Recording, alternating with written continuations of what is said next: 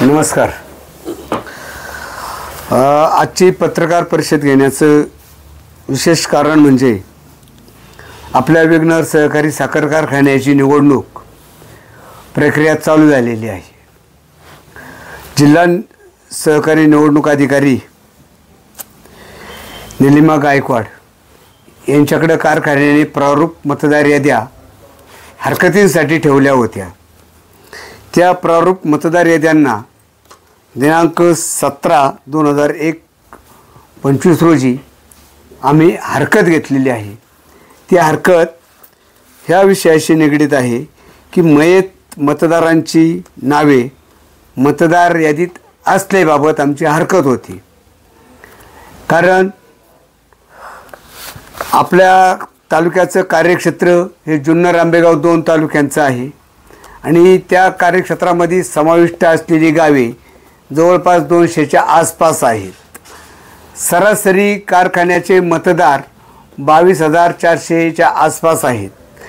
त्यापैकी मयत सभासद हे जवळपास 5-5.5 हजाराच्या आसपास असण्याची ही शक्यता आहे. कारण कारखान्याच्या स्थापनेपासून आज तागायत त्याच्यावरती कुठल्याही प्रकारचं अवलोकन हे झालेलं नाही. त्याच्यामुळे आम्ही ही हरकत घेतलेली आहे आणि जी हरकत घेतली ही कायद्याला धरून घेतलेली हरकत आहे आमची. कायदा असं सांगतो, ज्यावेळेस 2014 साली प्राधिकरणच्या माध्यमातून ह्या निवडणुका घेण्याचं ठरलं, त्याच्यानंतर प्राधिकरणाने एक सर्क्युलेशन काढलेलं आहे आणि ते सर्क्युलेशन 2022ला अस्तित्वात आलेलं आहे. त्याची कॉपी माझ्याकडे आहे, ती कॉपी मी आपणाला देतो. त्याच्यामध्ये असं म्हटलेलं आहे, आदेशच आहे हा. त्याच्यामध्ये असं म्हटलेलं आहे की प्रारूप मतदार यादी तयार करण्यापूर्वी संस्थेचे सक्षम अधिकारी, जन्म मृत्यू नोंदणी अधिकारी तथा उदाहरणार्थ ग्रामसेवक, वैद्यकीय आरोग्य अधिकारी इत्यादी यांच्याकडून मयत सभासदांची नावे प्राप्त करून घ्यावीत. म्हणजे याचा अर्थ असा आहे की जर आपल्या जुन्नर विघ्नर सहकारी साखर कारखान्याचं कार्यक्षेत्र हे जुन्नर आंबेगाव आहे, त्याच्यामध्ये जी समाविष्ट गावे आहेत सभासदांची, उदाहरणादाखल यायचं झालं तर उंबरज असेल, पिंपळवंडी असेल, काळवाडी असेल, त्या गावांमध्ये त्या ग्रामसेवकांना त्यांनी पत्र द्यायचं, सभासदांची यादी द्यायची. त्याच्यानुसार मयत सभासदांचे दाखले त्यांनी प्रारूप मतदार यादी जाहीर करण्यापूर्वी देण्यापूर्वी जिल्हाधिकाऱ्यांकडं, आपल्या निवडणूक जिल्हाधिकाऱ्यांकडं ती नावे त्या मतदार यादीतून वगळण्यात यावी असा हा आदेश आहे. परंतु तशा पद्धतीचं हे काम झालेलं नाही आहे. त्याच्या अनुषंगाने आम्ही त्याला हरकत घेतलेली आहे. त्याचप्रमाणे त्याच्यातील अनुषंगानेच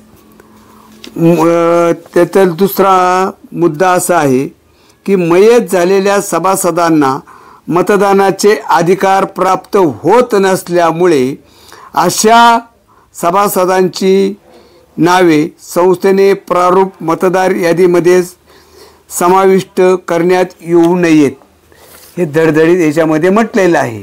त्याच्याप्रमाणे कार्यवाही कारखान्याने केलेली नाही. त्या अनुषंगाने आम्ही याच्यावरती आक्षेप घेतल्याच्या नंतर काल या बाबतीमध्ये सुनावणी झालेली आहे. सुनावणीच्या दरम्यान आम्ही जे त्यांनी आमच्याकडं पुरावे मागितले होते, प्राथमिक स्वरूपामध्ये आम्ही ठराविक मतदारांचे मयत मतदार जे आहेत त्यांचे 257 दाखले त्यांना काल समाविष्ट केलेले आहेत. कारण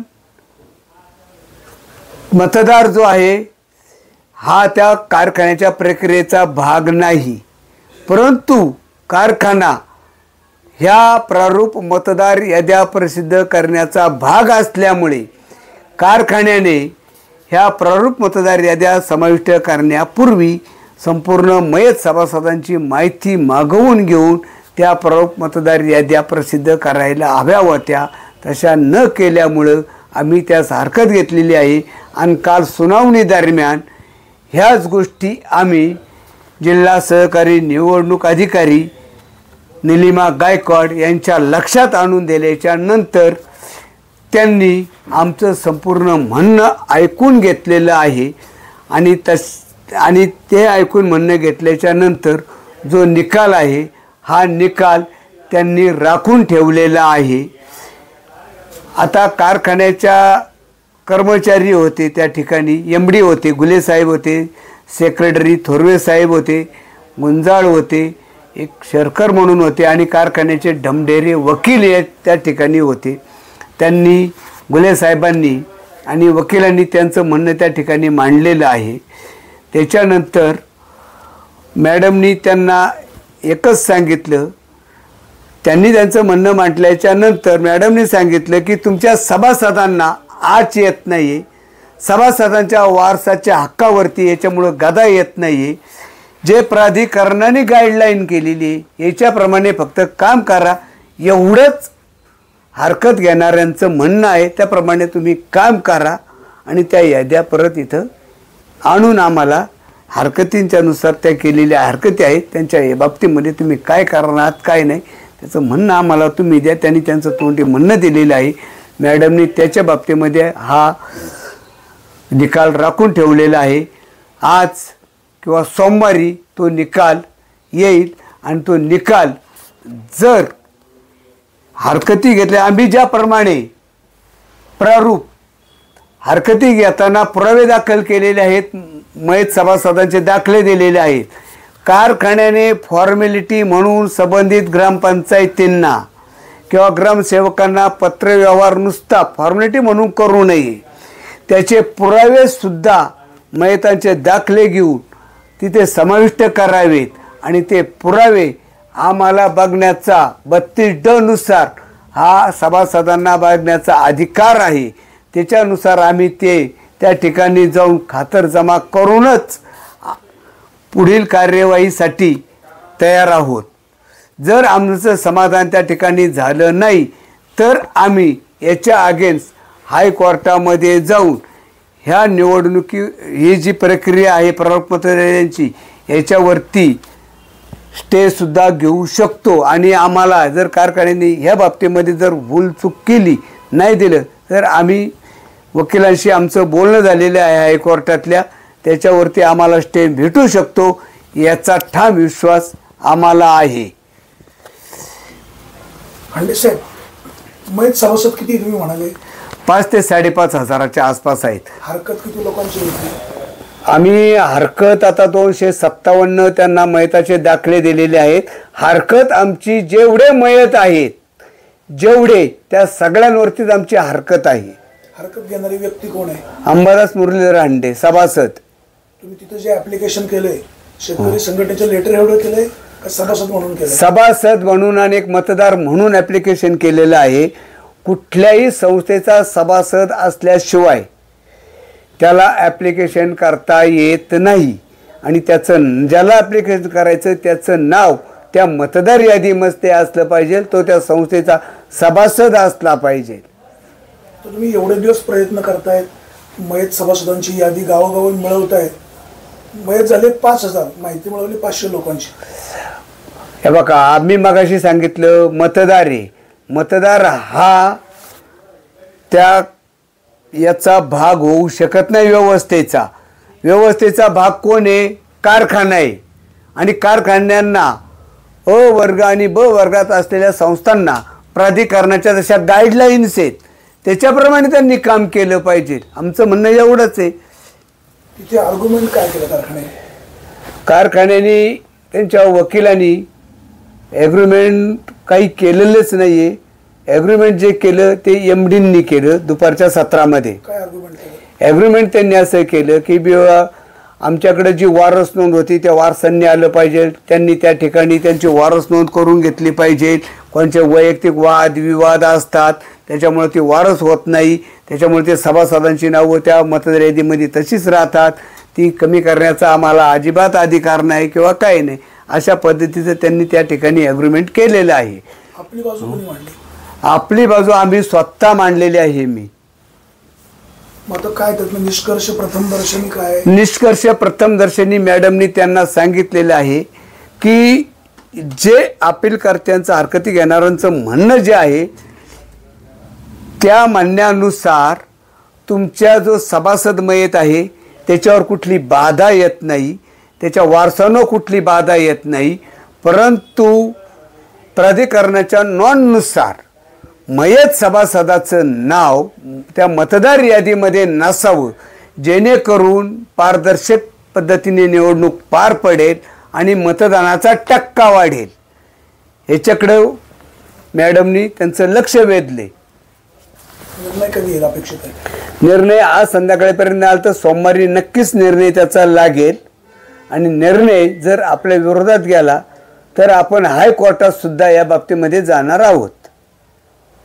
तुम्ही मगाशी म्हणाले संस्थेचे सभासद 22-23 हजार आहेत. हो, 22,000. निवडणूक लढवण्याच्या प्रक्रियेमध्ये किंवा ऑब्जेक्शन घेण्याच्या प्रक्रियेमध्ये तुम्ही 6-7 जण असता, त्यातला तुमचा एक सहकारी गळाला. प्रतिसाद का मिळत नाही? आता एवढ्या मोठ्या संस्थेच्या विरुद्ध लढायचं म्हटल्याच्या नंतर ज्याला लढायचं किंवा काय करायचं त्यांनी त्या संस्थेची व्यवस्था ही सगळी समजावून पहिली घेतली पाहिजे आणि समजावून घेत असताना कायदेशीर बाबी ह्या तपासल्या गेल्या पाहिजेत. आपल्याला कुठल्या अँगलनी त्याला सामोरं जायचे ही पहिली दिशा ठरली पाहिजे. आणि दुसरी गोष्ट, लढत असताना सगळेच त्याच्यामध्ये तरबेज नसतात किंवा काय नसतात, परंतु येन केन प्रकारे सगळ्यांची खतखत असते. पुढे जाणारे कोणीतरी असतात. सगळे 22,000 सभासद असते, 22,000 सभासद सगळे पुढे जाऊ शकत नाहीत, परंतु ठराविक जी लोक आहेत, मी असेल, भुजबळ साहेब असेल, संघटनेचे आमचे जे पदाधिकारी अजितदादा आहेत, अजित नाना आहेत, संभानाना आहेत, ही जी काय लढवायची जी फळी आहे ही एक जीवाने ह्या सगळ्याचा समर्थपणे ती लढाई लढत आहे आणि शेवटपर्यंत लढत राहणार आहे. लोकशाही आहे, लढलं पाहिजे. मागच्या वेळेला तुम्ही लढलात. शरददादा सोनवणे यांनी सुद्धा पाठिंबा दिला. ऐनवेळी त्यांनी काय केलं ते आपण पाहिले. तालुक्याचे माजी आमदार यांनी देखील एक मेळावा घेतला, आपली भूमिका स्पष्ट केली आणि नंतर ते गुहेत जाऊन शांत राहिले. ज्यांचं तुम्हाला पाठिंबा मिळेल अशी शक्यता आहे, विद्यमान आमदार शरददादा सोनवणे ते सुद्धा याच्यावर स्पष्ट बोलत नाही. शिवाजीराव नलवडे यांचीही भूमिका कळत नाही. पुन्हा बेचेपाडे पंचावन्न नाही. वाणी साहेब, ही सर्व मंडळी योग्य वेळी योग्य निर्णय घेतल्याशिवाय राहणार नाहीत असा ठाम विश्वास आम्हाला आहे. कोण कोण योग्य मंडळी? आता त्याच्यामध्ये अतुल शेठचा विषय आला. अतुल शेठनी मेळावे वगैरे घेतले तुम्ही म्हटलात. आता मी म्हणतो माझी माहिती खोटी आहे का? नाही ना, खोटी नाही ना, मेळावे घेतले खरी माहिती आहे, आलं का लक्षामध्ये. त्याच्यामुळे अतुल शेठ सुद्धा ह्या प्रक्रियेमध्ये ताकदीने उतरल्याशिवाय राहणार नाहीत असा ठाम विश्वास मला आहे. विश्वास आहे का बोलणं झालं? नाही नाही, विश्वास, ठाम विश्वास आहे मला. बोलणं नाही झालं? बोलणं झालंय का? बोलणं नाही, सगळ्याच गोष्टी आता कॅमेऱ्या समोर बोलणं. लोकांपुढे खरं गेलं पाहिजे. बेनके साहेब ज्या ताकदीने उतरले होते त्याच्यानंतर तसं दिसत नाही. ते तुम्हाला आतून छुपा पाठिंबा देणार की स्वतः पॅनलमध्ये सहभागी होणार? नाही नाही, सगळ्या ज्या गोष्टी होणार आहेत त्या सगळ्या ओपन होणार आहेत. छुपा बिपा याच्यामध्ये काही चालत नाही, कारण सगळ्या ज्या गोष्टी होणाऱ्या सगळ्या ओपन क्लिअर टायटलने होणाऱ्या गोष्टी आहेत. या विद्यमान आमदार शरददादा सोनवणे यांची सुद्धा भूमिका अद्याप स्पष्ट होत नाही. त्यांची भूमिका योग्य वेळी स्पष्टच होईल. योग्य वेळ म्हणजे कधी? उमेदवारी अर्ज दाखल केल्यावर? नाही नाही, उमेदवारी अर्ज दाखल वगैरे करायला अजून अवधी आहे. आताची हरकत, आता जर हरकती घ्यायच्या सगळ्यांनी एकत्रित मदत केली पाहिजे ना. नाही, बरोबर आहे. व्यतिरिक्त फारसं कोणी ऍक्टिव्ह दिसत नाही. आता ऍक्टिव्ह दिसणं न दिसणं हा ज्याचा त्याचा तुम्हाला पाठिंबा असं म्हणायचं बाकीच्या नेत्यांचा? नाही नाही, छुपा नाही, ओपनच पाठिंबा असला तर छुप्याचा विषयच येत नाही. पुढे येत नाही. आम्ही पॅनल उभं करणार असंही सांगत नाही. शिवाजीराव नलवडे यांचं ते गाढे अभ्यासक आहेत, ते कधी कॅमेरा पुढे येत नाही. इथे सगळ्या गोष्टी. सभासदांनी तुमच्यावर विश्वास का ठेवायचा? लोकशाही आहे, तुम्ही निवडणूक लढणार, कदाचित विजय होणार, सपोर्ट का मिळत नाही? नाही, सपोर्ट मिळणार नाही. ही प्रक्रियाच अशी आहे वाणी साहेब, ही सहकारातलीच प्रक्रिया आहे. ही सहकारातली प्रक्रिया सहजासहजी पुढं जात नाही. जिल्हा परिषद, पंचायत समिती, ग्रामपंचायत ही एकला चलोशी निगडीत येतं. तसं हे जे आहे सामूहिक काम आहे आणि हे सामूहिक काम होत असताना कामामध्ये बाकीचे नेते सहभागी का होत नाही? लोकांनी तुमच्यावर मागच्या पंचवार्षिकला विश्वास ठेवून पाहिला, दुर्दैवाने तुम्हाला अपयश आला. ठीक आहे, जय पराजय होत असतो. आता काही अंशी परिस्थिती तशीच आहे, हे वास्तव आहे. जर शरददादा सोनवणे, अतुल बेनके, माजी आमदार बेनके साहेब किंवा शिवाजीराव नलावडे तुम्ही सगळे एक झाले तर काहीतरी वातावरण निर्मिती होईल. जे सुरुवातीला म्हणायचे कुठल्याही परिस्थिती विघ्नरच्या निवडणुकीत आम्ही लढणारच असे म्हणणारे तानाजी तांबे, त्यांनी सुद्धा शेतकऱ्यांना पाठिंबा दिला. आता तानाजी तांबे हा विषय वेगळा आहे आमच्यासाठी, कारण त्याचं त्यांना स्वातंत्र्य लढणे न लढणे, कारण ते काय आमच्या संघटनेशी निगडीत नाही. आमच्या तुमच्या संघटनेशी संलग्न नाही, संलग्न नाही. परत अहो पण ते लोकप्रतिनिधी आहेत. अतुल शेठ माजी लोकप्रतिनिधी आहेत, शरददादा सोनवणे हे लोकप्रतिनिधी आहेत, बाळासाहेब दांगट असतील लोकप्रतिनिधी आहेत, समाजाचं नेतृत्व केलेली माणसं आहेत. शेतकऱ्यांची भेट घेऊन विघ्नर कारखान्याचा कारभार खूप चांगला चाललाय असं सर्टिफिकेट दिलेलं आहे. सोशल मीडियावर असा मेसेज व्हायरल झालेला आहे. नाही, त्या बाबतीमध्ये दांगड साहेबांचं माझं बोलणं झालं. दांगड साहेब काय बोलले की बा मोठ्या मनाने हार जीत ही होत असते, ती स्वीकारायची प्रत्येकाची ईर्ष्या मनीषा असते.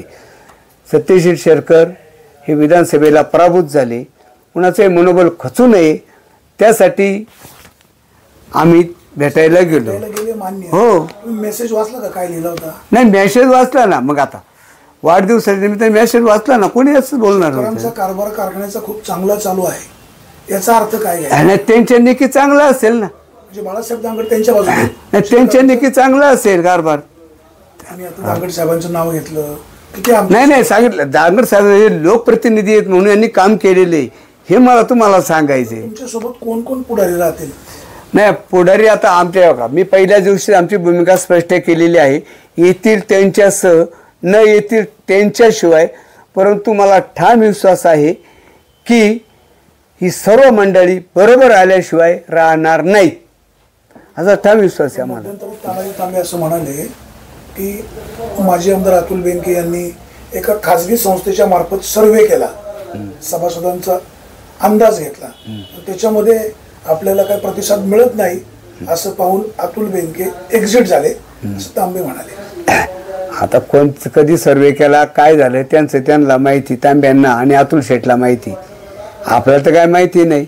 परंतु ज्यावेळेस आपण लोकांमध्ये जातो, समाजामध्ये काम करतो, त्यामुळेच लोकांच्या भावना आपल्याला कळत आहेत ना. माजी आमदार अतुल बेनके उमेदवार असतील? नाही, आता याच्यामध्ये ते आपण कसं सांगू शकतो उमेदवार असतील नसते. त्यांची जर ते पात्र ठरले, लगतची 3 वर्ष ऊस गेला. यादी तुमची पाठ झाली? नाही, यादी पाठ आहे ना. अतुल बेनके उमेदवारीला कॅपेबल आहेत का? कॅपेबल उमेदवारीला सगळेच सभासद कॅपेबल आहेत. ज्याचा ऊस नाही ते नाही कॅपेबल. नाही, अर्ज भरण्यासाठी जी पात्रता लागते त्याच्यामध्ये अतुल बेनके बसतात. त्याचा लगतची 3 वर्षे ऊस गेलेला नाही, म्हणजे अतुल बेनके फॉर्म भरू शकत नाहीत. विद्यमान आमदार शरददादा सोनवणे त्यांची फॉर्म भरू शकतात. त्यांची तीच अडचण आहे. शिवाजीराव नलावडे त्यांचा ऊस गेलेला आहे, ते फॉर्म भरणार. हो, ते फॉर्म भरू शकतात. म्हणजे आजी आमदार आणि माजी आमदार तुमच्या पाठीशी उभे राहणार, मतदारांना कन्व्हिन्स करणार, ते उमेदवार असणार नाही. हो.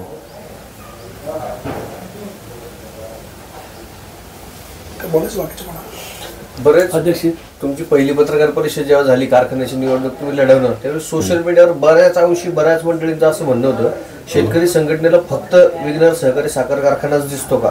शेतकऱ्यांच्या इतरही अनेक संस्था काम करतात, त्याच्यामध्ये काम करताना काय होत असेल ते कधीच शेतकरी संघटनेला दिसलं नाही, फक्त त्यांना वर्षभर साखर कारखानाच दिसतो. आम्ही शेतकरी संघटनेच्या माध्यमातून 65 केटी बंधारे हे MWRRA वगळले, त्याच्या विरोधात आम्ही अपिलात गेलेलो आहे. आपल्याकडे तसे आम्ही त्याच्यानंतर पत्रकार परिषद सुद्धा घेतलेली आहे. त्या 65 केटी बंधाऱ्यांच्या विरोधात डिंबेट्टू, माणिकडो हा बोगदा होऊच नये यासाठी सुद्धा आम्ही अपिलात आहोत MWRR1. कारण कुकडी प्रोजेक्टमध्ये तो बोगदा समाविष्ट नाही आणि मग नव्याने समाविष्ट कशासाठी करायचा, कारण तो कुकडी प्रोजेक्टचा भागच नाही आहे. यासाठी सुद्धा आम्ही MWRR1 अपिलात आहोत. माणिक डोहचे 8 बुडीत बंधारे मंजूर होते, ते बुडीत बंधारे पाठीमागच्या सरकारने कॅन्सल केले, ते परत बुडीत बंधारे व्हावेत यासाठी सुद्धा आम्ही प्रयत्नवादी नसून अपिलात आहोत. आणि नळवण्याचा उपसा सिंचनचा जो पाण्याचा प्रश्न आहे तो शेतकरी संघटनेनेच वाजवलेला आहे. आणि आता त्या बाबतीमध्ये 74,80,000चा निधी सर्वेसाठी जिल्हा नियोजनमधून टाकलेला आहे. अतुल बेनके यांनी पाठीमागच्या कालखंडामध्ये अजितदादा पालकमंत्री होते, त्यांनी त्याच्यावरती काम चालू झालेलं आहे. ही शेतकरी संघटनेने केलेलं आहे. येडगावच्या धरणावरती ते आंदोलन केलेलं आहे. हे फक्त काय होते याच्यामध्ये कारखान्याचे आहेत ना, हे सोशल मीडिया चालवण्यासाठी ठेवलेले ते बटीक आहेत. जुन्नर तालुक्यात बाकीच्या जितक्या संस्था शेतकऱ्यांसाठी काम करतात सगळ्यांचा कारभार चांगला आहे. शेतकऱ्यांसाठी आता संस्था कोण काम करते कोण नाही करत, कोणत्या संस्था शेतकऱ्यांसाठी काम करणार आहे आम्हाला कळायला पाहिजे ना. तुम्ही शेतकरी संघटनेचे नेते आहात, तालुक्यामध्ये शेतकऱ्यांच्या संदर्भात किती संस्था काम करतात तुम्हाला माहित नसेल तर नाही आहेत ना. आता मग आता हे बघा, संघटना म्हणून काम करतात, पण ज्याच्या त्याच्या पद्धतीने जे ते काम करते त्याच्याबद्दल आम्हाला काही बोलायचं नाही. तुम्ही जसं विघ्नहर कारखान्याच्या कामकाजाबद्दल तुम्ही वर्षातून किमान 4-5 पत्रकार परिषदे घेऊन कारखान्याच्या कामकाजावर टीका करता, जे चुकत असेल त्याच्यावर बोलता, जे चुकते त्याच्यावर बोललंच पाहिजे. पण कारखाना सोडून शेतकऱ्यांसाठी काम करणाऱ्या जुन्नर तालुक्यात बाकी संस्था नाही का? असतील तर त्यांच्या कारभाराबद्दल तुमचं काय? नाही आहे त्यांच्या कारभार आम्हाला काय बोलते, त्यांच्या पद्धतीने काम करतात, त्यांच्या कामकाजाविषयी बोलण्याचा आम्हाला काय अधिकार आहे. कारखान्याच्या कामकाजाविषयी बोलता ना तुम्ही, कारखान्याच्या कामकाजाविषयी तुम्ही बोलता, तसं बाकीच्या इतर संस्था आहेतच की. तुम्ही या विषयावर बोलतो, तुम्ही जो प्रश्न केलेला आहे तो प्रश्न मुळात म्हणजे जे कोणी कारखाना धार्जिन जे असतील किंवा कारखान्याची जी आता संचालक बॉडी असेल त्यांचे धार्जिन कोणी असेल त्यांनी तो मला प्रश्न केलेला असेल. परंतु आतापर्यंत शेतकरी संघटनेने अनेक ज्या समस्या आहेत, ही इलेक्ट्रिक बोर्ड असेल, तहसील असेल किंवा कारखाना असेल, पाटबंधारे असेल, या सगळ्या गोष्टींवर आतापर्यंत शेतकरी संघटनेने आवाज उठवलेला आहे. असं कोणी जर बोललेलं असेल तो नक्कीच कारखाना धार्जिन किंवा कारखान्याच्या आताच्या असलेल्या संचालक बॉडीचा धार्जिन माणूस असेल त्याने ती टीका नक्की तोच करील. वाघ साहेब, प्रश्न असा आहे, बोला. बाजार समितीचं आळीफाटा, ओतूर, नारायणगाव, बेल्ल्याला बाजार भागात बैलाचा व्यापार, गायींचा व्यापार, धना, मेथी, कांदा, बटाटे सगळ्याच व्यापार होतो. त्याच्यात कटता कापला जातो. कधी कानावर तुमच्या आले? कानावर आले नाही. आम्ही 4 वेळा त्याच्यावर आंदोलन केलेले. आम्ही तिथं फ्लेक्स लावलेलं आहे नारायणगाव बाजार समितीमध्ये. अधिकाऱ्यांना फ्लेक्स लावायला सांगितलेलं आहे का हे जे करता कापतायत, करता देणं कायदेशीर गुन्हा आहे अशा पद्धतीचा बोर्ड त्याचे साक्षीदार तुम्ही आहात. फ्लेक्स आहे तिथे, तुम्ही साक्षीदार आहेत, तुमच्या फ्लेक्स लावलेला आहे. आपण पत्रकार परिषद झाली की तुम्ही लावलेलं फ्लेक्स आहे का आपण पाहिलं? आम्ही लावलं नाही, बाजार समितीनेच लावलेलं आहे सर. त्यांनाच नाव सांगितलं. हो, आपण तुम्ही सांगा. जुन्नर तालुक्यामध्ये शेतकरी संघटनेची स्थापना आपण 2009 साली केली. आणि साहेब, शेतकरी संघटनेच्या माध्यमातून तुम्ही सुद्धा शेतकरी संघटनेचे सभासद आहात. काम करत असताना आतापर्यंत साधारणतः 15, 16, 17 वर्षाच्या कालखंडामध्ये अतिशय चांगल्या पद्धतीने शेतकरी संघटनेने काम केलं. मग त्याच्यामध्ये वीज असेल, पाणी असेल, ज्या ज्या शेतकऱ्यांच्या निगडीत ज्या गोष्टी येतील, तुमचा महसूल विभाग असेल, कृषी विभाग असेल, त्या अनुषंगाने शेतकऱ्याच्या बाबतीमध्ये ज्या ज्या अडचणी येतील त्या सोडवण्याच्या प्रती निश्चितपणे काम केलं. तर ते काम करत असताना कधी कधी लोकप्रतिनिधींची गरज लागते, जिल्हा परिषद सदस्यांची लागते, पंचायत समितीची, त्यांच्या माध्यमातून ही शेतकरी संघटना भले बुरे सांगण्याचं काम निश्चितपणाने करण्याचा प्रयत्न करत आलो. आणि निश्चितपणाने चांगल्या पद्धतीचा न्याय शेतकऱ्यांना तुम्ही सुद्धा त्या ह्या 10-12 वर्षाच्या कालखंडामध्ये त्याच्या बातम्या पण केल्या की बाबा शेतकरी संघटनेने फार मोठी आंदोलने केली, रस्त्यावर रास्ता रोको केला, आळीफाटा चौकात केला. कारखान्याच्या बाबतीत सुद्धा गेले 2 पंचवार्षिक निवडणुका झालेल्या आहेत. त्या अनुषंगाने सुद्धा शेतकरी संघटनेने प्रबळ ताकदीने आपण पॅनल उभं करण्याची भूमिका प्राप्त केली. आता सध्या सुद्धा विघ्नर सहकारी साखर कारखान्याची हांडे साहेबांनी सांगितल्याप्रमाणे निवडणूक सुरुवात झालेली आहे. प्रारूप यादीसाठी हरकती वगैरे घेतल्या, त्याची काल सुनावणी पण झाली. खरं तर लोकांना आपण भलं आणि बुरं सांगण्याची शेतकरी संघटना काम करते.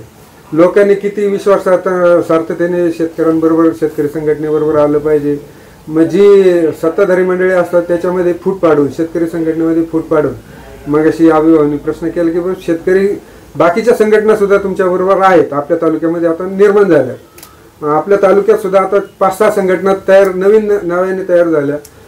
काहींनी स्वयंघोषित केल्या, काहींनी, पण ठीक आहे.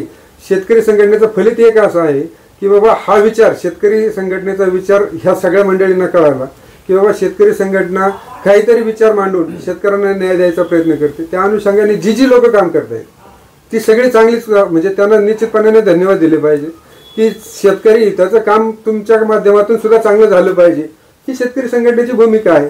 त्या अनुषंगाने आपण हे करतच आलेलो आहे. राहिला आता निवडणुकीचा विषय, तर आता मागच्या 2 निवडणुकीचा अनुभव आपल्याला असा आला की पहिल्या निवडणुकीच्या वेळेला या सगळ्या मंडळींनी आपल्या शेतकरी संघटनेला वाऱ्यावर सोडून दिलं आणि आपल्या त्यावेळेला 3-4 सभासद राहिले, म्हणजे उमेदवार राहिले. त्यामुळे आपण बिनशर्त पाठिंबा सत्तेशील सरकारांना दिला होता. त्याच्या आता मागच्या निवडणुकीमध्ये म्हणजे आपण संपूर्णपणे ताकद उभी करून शेतकऱ्यांना विनंती करून की बाबा कारभार विघ्नरचा कसा आहे या सगळ्या गोष्टी आपण सांगितलं. त्या अनुषंगाने आपण पॅनल पण तयार केलं. परिपूर्ण पॅनल बऱ्यापैकी तयार झालं होतं. नंतर आताचे असणारे माजी आमदार शरददादा सोनवणे, तेही पण तिथं नंदुकाका शेरकर यांच्या ठिकाणी येऊन चांगली आमची बैठक झाली, तुम्ही त्याचे साक्षीदार आहात. आणि त्या अनुषंगाने नंतर त्याने मधून त्या निवडणुकीच्या याच्यातून प्रोसेसमधून ते थांबून घेतलं. त्यांनी अतुल शेठ बँकेने सुद्धा त्याच वेळेला तसं थांबून घेतलं. मग शेतकरी संघटना काय वाऱ्यावर सोडायचं आणि आपल्या पद्धतीने ही सगळी मंडळी त्यांच्या कामामध्ये व्यस्त असतात. खरं तर शेतकऱ्यांचं हित कशामध्ये आहे बरं, ही आमदार माजी आमदार लोकप्रतिनिधी हे सगळे सांगतात की बाबा आम्ही शेतकऱ्यांसाठी काम करतो, परंतु प्रत्यक्षामध्ये शेतकऱ्यांचं काय आहे. आज 18-20 महिन्याचे ऊस झाले साहेब, ऊसाला तुरा येऊन ऊस म्हातारा झालाय, कारखाना ते तुडून येत नाही. त्याच्यावर हे का बरं बोलत नाहीत कोणी माजी आमदार, हा आपला प्रश्न आहे. त्यांनी विचारलं पाहिजे कारखाना प्रशासनाला, त्यांच्या काही अडचणी असतील त्या समजून घेतल्या पाहिजे. त्या अनुषंगाने निश्चितपणे समजून उमजून हे चाललं.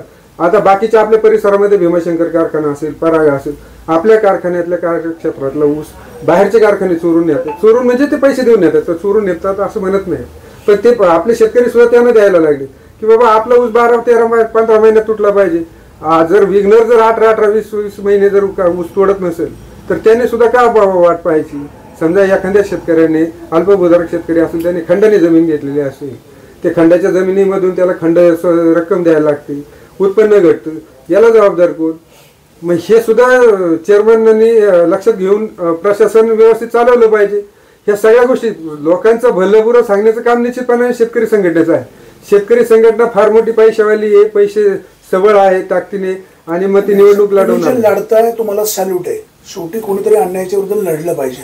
प्रश्न असा आहे की जिथं जेव्हा काही घडतं तेव्हा काही होत नाही. आता तुम्ही म्हणाले ऊसाला तुरे आले, ऊस म्हातारा झाला, बाजारभाव विघ्नर कमी देतोय म्हणून दुसऱ्या संघटनेने कारखान्यावर जाऊन आंदोलन करण्याचं निवेदन दिलं, तुम्ही मात्र गप्प आहे. विषय असा आहे वाणे साहेब, आपण गेल्या 2 वर्षापासून शेतकरी संघटनेची भूमिका आहे. माननीय रघुनाथदादा पाटील यांच्या मुशीमध्ये आम्ही काम करणारी माणसं आहोत. ऊसाचं खरं गणित कुणाला कळालंय हे मला माहीत नाही, परंतु निश्चितपणाने ऊसाला बाजारभाव 5,000 रुपयेच मिळाला पाहिजे, ही आपली शेतकरी संघटनेची आग्रही भूमिका गेल्या 2 वर्षापासून आपण मांडत आलेलो आहे. मग ते ऊसापासून बाय प्रॉडक्ट जे काय असतील, त्याचं उत्पन्न असेल, तुमची बगॅस मळी वगैरे, या सगळ्या गोष्टींचा जर वापर विषय घेतला तर हे चेअरमन साहेबांसमोर सुद्धा आपली समोरासमोर चर्चा झालेली आहे की खऱ्या अर्थाने देतील. पण राज्यभरातले सगळे कारखानदार मिळून शेतकऱ्यांना लुटण्याचं काम निश्चितपणाने करत आहेत. तर त्या एकटा विघ्नरच करतोय अशातला काही भाग नाही. राज्यातले सगळेच कारखाने, आता तुम्ही FRPच्या बाबतीमध्ये, पहिली उचल देण्याच्या बाबतीमध्ये साखर संकुल यांची सगळ्याची बैठक झाली आणि त्यांनी सगळ्यांनी 2600 रुपये द्यायचे बाबा पहिली उचल. खरं तर पहिली उचल आपण 3,500 रुपये मागितली आणि 5,000 रुपये उसाला बाजारभाव दिला पाहिजे, ही आपली शेतकरी संघटनेची भूमिका आहे. त्याच्या बाबतचं आपण पत्रव्यवहार सुद्धा विघ्नर कारखान्याशी केलेलं, म्हणजे आपल्या कार्यक्षेत्रात असल्यामुळं ही भूमिका काही चुकीची नाही. हे वारंवार आपण हे कारखाना प्रशासन असेल लोकांमध्ये सुद्धा आपण सांगितलेले, त्याचा हिशोब पण सांगितलेला. मग आता काय होतं, शेतकऱ्यांमध्ये फूट पाडायचं. तुम्ही आता मागाशी मी तेच बोललो की आता काल परवा स्वाभिमानीची काही लोक गेली, त्यांनी 3100 रुपयाची मागणी, म्हणजे विसंगती झालेली की 400 रुपये. शेतकरी संघटनामध्येच विसंगती आहे असं लोकांमध्ये दुरावास तयार होतो आणि मग लोकांनी विश्वास पण ठेवायचा, हा पण त्यातला भाग आहे. आत्मचिंतन करण्याची गरज आहे संघटनांना. नाही, त्याच्यामध्ये सगळ्या शेतकरी संघटनांचा हेतू फार चांगला आहे की बाबा शेतकऱ्यांना 4 रुपये नक्की हमीचं दाम मिळालं पाहिजे, ही भूमिका आहे. पण शेतकरी संघटनेचा मुख्य अजेंडा आणि मुख्य विचार त्याच्यामध्ये एकमत होत नाही आणि मग त्याच्यामध्ये एकमत जर झालं तर निश्चितपणाने ही जी कारखानदारी सांभाळणारी व्यवस्था आहे तिला नक्की सोडून लागल्याशिवाय राहणार नाही. आता मागच्या निवडणूक तुम्ही जेव्हा लढवली, सुरुवातीला प्रचारामध्ये तुमच्यासोबत गणपत डुमरे होते, बरोबर, नंतर त्यांनी सत्यशील शेरकर यांना पाठिंबा दिला, बरोबर. आता मध्यंतरी सोशल मीडियावर जेव्हा चर्चा चालू होती, अंबादास हांडे यांनी एक मेसेज टाकला की गणपत डुमरे यांनी 5 लाख रुपये घेऊन माघार घेतली. काय वस्तुस्थिती काय? खरं काय आहे माहिती आहे का, डॉक्टर गणपतराव डुमरे हे सुद्धा शेतकरी संघटनेचे सहयोगी सदस्य आहेत, हे होते. नंतरच्या काळामध्ये डॉक्टर डुमरेंनी स्वतंत्र संघटना स्थापन केली, त्यांचे काय सभासद असतील ते त्यांना माहीत. परंतु मग नंतर शेतकऱ्यांची त्यांची मैत्री पण झाली. म्हणजे मागच्या निवडणुकीमध्ये ते उमेदवार म्हणून आमच्या बरोबर होतेच आणि त्यांनी नंतर मग त्यांचं काय चेअरमन साहेबांचं त्यांचं काय चर्चा झाली असेल किंवा काय बाबा, तर त्यांनी ती माघार घेतली. आता 5 लाख रुपये दिलेत असं हांडे साहेब म्हटले, ते काय आपण पाहिलेले नाही. माझा प्रश्न अंबादास हांडे यांनाच आहे. अच्छा, तुम्ही म्हटले ते बरोबर आहे, 5 लाख रुपये दिले. पाठीमागच्या कालखंडामध्ये गणपतराव डुमरे यांनी शेतकरी संघटनेकडून फॉर्म भरला होता. भरला असल्याच्या नंतर बाकीचे आपले उमेदवार स्टँड होते, यांनी माघार कशासाठी घेतली? शेतकरी संघटनेला न विचारता परस्पर माणूस माघार घेतो, इथंच सगळ्या गोष्टी येतात. त्याच्या पहिल्या पैशाची त्यांनी माघार घेतलेली नाही. माझा आरोपच आहे त्यांच्यावरती, 5 लाख रुपये घेऊनच त्यांनी माघार घेतलेली आहे. कारण तशी माघार गणपतराव डुमरे घेऊच शकत नाही, हा विश्वास आहे माझा. नाही, त्यावेळेला ज्या वेळेला त्या उमेदवार ज्या वेळेला उभी केली त्यावेळेला गणपतराव डुमरेंचं वक्तव्य असं होतं का तुम्ही सगळी माघार घेतली पण मी काही माघार घेणार, अशा पद्धतीचं वक्तव्य करणारा माणूस जर माघार घेतो तर काहीतरी त्याच्यामध्ये काळबैर आहेच ना. हांडे साहेब, तुम्ही सोशल मीडियावर कधीच व्यक्त होत नाही. जो मेसेज तुम्ही टाकला तो मेसेज फॉरवर्ड केलेला होता, तो तुम्ही लिहिला होता का कोणी लिहून दिला? नाही, मी लिहायला सांगितलं. काय आपल्याला हे जमत नाही, त्याच्यामुळं कसं आहे, आपण त्याला सांगितलं बस आज ते असं आहे, त्याला असं टाईप कर, मी फॉरवर्ड करतो. बाकीचं जे आहे ते आहे. संघटनेला बाधा येईल असं जर संघटनेच्या विरोधात कोणी कृत्य केलं तर त्याला ते माफ नाही. साहेबांना सांगितलं होतं का वाघ साहेबांना सांगितलं होतं काय मेसेज द्यायला? नाही, आता ते ज्याला सांगितलं होतं तोच आमच्यात नाही राहिला आता.